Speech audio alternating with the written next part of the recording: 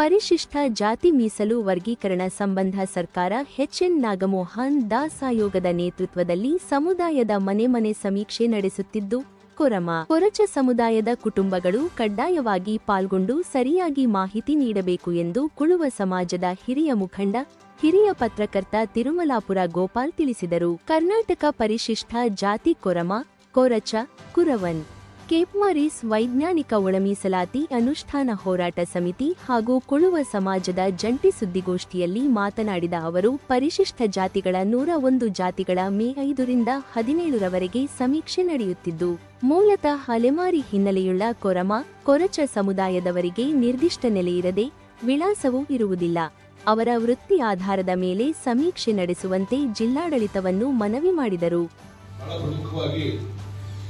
ಕರ್ನಾಟಕದಲ್ಲಿ ಕೊರಚ, ಕುರುವನ್, ಕೇಪ್ಮಾರಿಸ್ ಅಂತಕ್ಕಂಥ ಹೆಸರಿನಿಂದ ಗುರುತಿಸಿಕೊಂಡಿರ್ತಕ್ಕಂಥ ಪರಿಶಿಷ್ಟ ಜಾತಿಯ ಅಲೆಮಾರಿ ಸಮುದಾಯಗಳಲ್ಲಿ ಒಂದಾಗಿರ್ತಕ್ಕಂಥ ಈ ಸಮುದಾಯಗಳು ಸಾಮಾಜಿಕವಾಗಿ, ಆರ್ಥಿಕವಾಗಿ, ಔದ್ಯೋಗಿಕವಾಗಿ, ರಾಜಕೀಯವಾಗಿ ತೀರಾ ಹಿಂದುಳಿದಿರ್ತಕ್ಕಂಥ ಒಂದು ಪರಿಸ್ಥಿತಿಯನ್ನ ಬಹುಶಃ ಪ್ರಜ್ಞಾವಂತ ಮಾಧ್ಯಮ ಮಿತ್ರರಾದ ತಮ್ಮೆಲ್ಲರೂ ಕೂಡ ತಿಳ್ಕೊಂಡಿರಿ ಅಂತಕ್ಕಂಥ ನನ್ನ ಭಾಷೆ. ಈ ಸಮುದಾಯಗಳು ಇವತ್ತು ಸ್ವಾತಂತ್ರ್ಯ ನಂತರದಲ್ಲಿ ಇಷ್ಟು ವರ್ಷಗಳಾಗಿದ್ರು ಕೂಡ ಅನೇಕ ಜನಪ್ರತಿನಿಧಿಗಳು, ರಾಜಕೀಯ ಪಕ್ಷಗಳು ಆಡಳಿಕೆ ಮಾಡಿದ್ರು ಕೂಡ ಯಾವ ಸರ್ಕಾರಗಳು ಕೂಡ ಇಂಥ ಒಂದು ಸಮುದಾಯಗಳನ್ನ ಮುಖ್ಯವಾಹಿನಿಗೆ ತರ್ತಕ್ಕಂಥ, ಅವರನ್ನ ಒಂದು ಆರ್ಥಿಕವಾಗಿ ಸದೃಢ ಮಾಡತಕ್ಕಂಥ, ಅವರ ಸಾಮಾಜಿಕವಾಗಿ ಅವರನ್ನ ಗೌರವ ಸ್ಥಾನದಲ್ಲಿ ಗೌರವದಿಂದ ನೋಡ್ತಕ್ಕಂಥ ಒಂದು ಪರಿಸ್ಥಿತಿ ಇವತ್ತಿಗೂ ನಿರ್ಮಾಣ ಆಗಿಲ್ಲ ಅಂತಕ್ಕಂಥದ್ದು ನಮ್ಮ ನಿಜಕ್ಕೂ ಕೂಡ ಬಹಳ ಆತಂಕದ ಮತ್ತು ತುಂಬಾ ನೋವಿನ ವಿಚಾರ.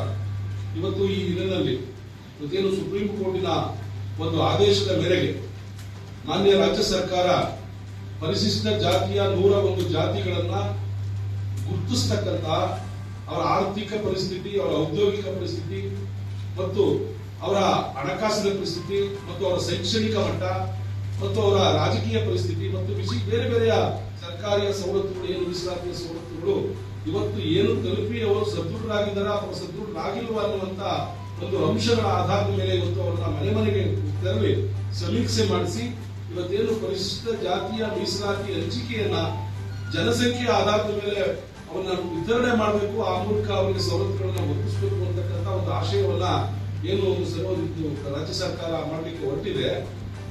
7ನೇ ತಾರೀಕಿಂದ ಬಹುಶಃ 5ನೇ ತಾರೀಕಿಂದ ಆರಂಭ ಆಗ್ತದೆ ಮನೆ ಸಮೀಕ್ಷೆ.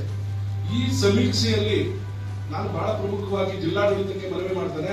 ಮಂಡ್ಯ ಜಿಲ್ಲೆಯ ನಮ್ಮ ಸಮುದಾಯದ ಪರವಾಗಿ ಮಂಡ್ಯ ಜಿಲ್ಲಾಡಳಿತಕ್ಕೆ ಮನವಿ ಮಾಡೋದೇನೆಂದ್ರೆ, ಈ ಸಮುದಾಯಗಳಿಗೆ ಇನ್ನೂ ಕೂಡ ನಿರಕ್ಷರ ಕುಕ್ಷಿಗಳು ಬಹುಶಃ 90% ಇವತ್ತು ನಿರಕ್ಷರ ಕುಕ್ಷಿಗಳಾಗಿದ್ದಾರೆ, ಅಕ್ಷರ ಜ್ಞಾನದಿಂದ ವಂಚಿತರಾಗಿದ್ದಾರೆ. ಅವರಿಗೆ ನಿಜವಾಗಿ ಕೂಡ ಸರ್ಕಾರದ ಪಾಲಿಸಿಗಳಿಂದ ಹಿಡಿದು ಯಾವುದೇ ಕಾರ್ಯಕ್ರಮಗಳಿಂದ ಸರ್ಕಾರದ ಆಡಳಿತ ವೈಖರಿಗಳನ್ನ ಅರ್ಥ ಮಾಡಿಕೊಂಡು ಅವರು ಭಾಗವಹಿಸಿ ತಮ್ಮ ಹಕ್ಕುಗಳನ್ನು ಪಡೆಯುವಂತ ಕನಿಷ್ಠ ಜ್ಞಾನವೂ ಕೂಡ ಈ ಸಮುದಾಯಗಳಿಲ್ಲ. ಸೊ ಇಂಥ ಒಂದು ಅಮಾಯಕ ಪರಿಸ್ಥಿತಿಯಲ್ಲಿ ಇರ್ತಕ್ಕಂಥ ಅಲೆಮಾರಿ ಹಿನ್ನೆಲೆಯ ಈ ಸಮುದಾಯಗಳನ್ನ ಗುರುತಿಸುವಂತ ಸಂದರ್ಭಗಳಲ್ಲಿ ಹಳ್ಳಿಗಳಲ್ಲಿ ಬಹುಶಃ ಮಂಡ್ಯ ಜಿಲ್ಲೆಯ ಮಟ್ಟಿಗೆ ನಾವು ಹೇಳೋದಾದ್ರೆ ಬಹಳಷ್ಟು ಜನ ಇವತ್ತು ನಮ್ಮ ಸಮುದಾಯಗಳನ್ನ ಕೊರಂಶೆಟ್ರು ಅಂತ ಹೇಳ್ತಾರೆ. ಕೊರಂಶೆಟ್ರು ಅಂತಕ್ಕಂಥದ್ದು ಹಿಂದುಳಿದ ವರ್ಗಕ್ಕೆ ಬರುತ್ತೆ ಎನ್ನುವಂತ ಕಾರಣಕ್ಕೋಸ್ಕರವಾಗಿ ಈ ಸಮುದಾಯವನ್ನ ಈ ಮೀಸಲಾತಿ ಸೌಲಭ್ಯದಿಂದ ವಂಚನೆ ಮಾಡತಕ್ಕಂಥ ಕೆಲಸಗಳನ್ನು ಕೂಡ ಅನೇಕ ಹಿಂದೆ ಮಾಡಿದಂತ ಗಣತೀಯದಾರರು ಅಥವಾ ಬೇರೆ ಬೇರೆಯ ರಾಜಕೀಯ ಕಾರಣಕ್ಕೋಸ್ಕರ ಮಾಡಿರ್ತಕ್ಕಂಥ ನಿದರ್ಶನಗಳು ನಮ್ಮ ಕಡೆ ಬಂದಿದ್ದಾವೆ.